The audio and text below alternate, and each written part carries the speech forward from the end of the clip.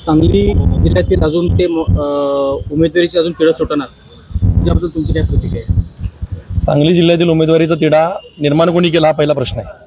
मुळामध्ये तिढा व्हायची गरज नव्हती. सांगली जिल्ह्याच्या उमेदवारीवरती महाविकास आघाडीचा उमेदवार म्हणून कोण योग्य आहे, कोण त्यासाठी पात्र होतं आणि कोण कर्तृत्वानं सुद्धा योग्य आहे हे अख्ख्या सांगलीकर जनतेला, जिल्ह्यातल्या जनतेला माहिती आहे.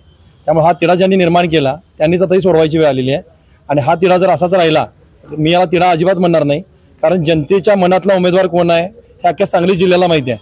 त्यामुळे जर ही निवडणूक दुरंगी असो किंवा तिरंगी असो, जर महाविकास आघाडीनं उद्या या महाविकास आघाडीचा उमेदवार म्हणून जर विशाल पाटील यांच्या नावावरती शिक्कामोर्तब केलं तर सोन्याहून पिवळं सर्वांनाच सोपं जाईल. आणि काम करण्याच्या दृष्टिकोनातनं जनतेच्या मनातला उमेदवार दिला म्हणून जनतेच्या मनामध्ये दुप्पट त्याच्यामध्ये वेग येईल. ही जनता स्वतः निवडणूक ताब्यात आज घडीला सुद्धा घेतली आहे, पण पुन्हा त्याला वेग सुद्धा येणार आहे.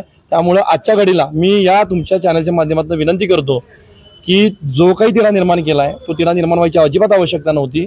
या गेल्या काही वर्षातलं अगोदरच्या परिस्थितीमध्ये कोरोनाच्या काळापासून जरी बघितलं तर सॅनिटायझर वाटण्याचा विषय असू देत, पुराच्या काळामध्ये विशालदादा पाटील यांच्या माध्यमातून झालेले काम असू देत किंवा स्वतः काँग्रेसच्या माध्यमातून झालेली कामं असू देत, काँग्रेसचे जे उमेदवार होते या ठिकाणी पुराच्या वेळेला कुठं होते, काय होते, सगळ्यांनी बघितलेलं आहे. अशा परिस्थितीमध्ये कोरोना असू दे, पूर असू दे किंवा कोणत्याही पद्धतीची सामाजिक समस्या असू दे, त्यावेळेला काँग्रेसचे उमेदवार, काँग्रेसचे नगरसेवक, काँग्रेसचे कार्यकर्ते आणि काँग्रेसचे सर्व वरिष्ठ नेते जनतेत होते.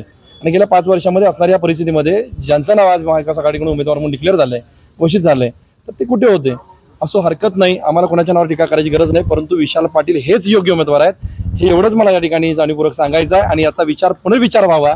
आणि याबाबत विश्वजित कदम साहेबांनी जी आग्रही भूमिका घेतलेली आहे ती आग्रही भूमिका कोणताही हट्टापायी घेतलेली नाही, अनाठाही घेतलेली नाही आहे. तर जिल्ह्याचं गणित त्यांना माहिती आहे म्हणून घेतलेलं आहे आणि जिल्ह्याच्या लोकांच्या मनात काय चाललेलं आहे त्यांना माहिती आहे म्हणून घेतलेलं आहे. तर याबाबत निश्चितच महाविकास आघाडी बेरीज करेल, निवडून येणारा उमेदवार देईल आणि आपल्याकडून इकडून संसदेच्या सभागृहामध्ये अधिक एक हे सांगली नक्की देईल.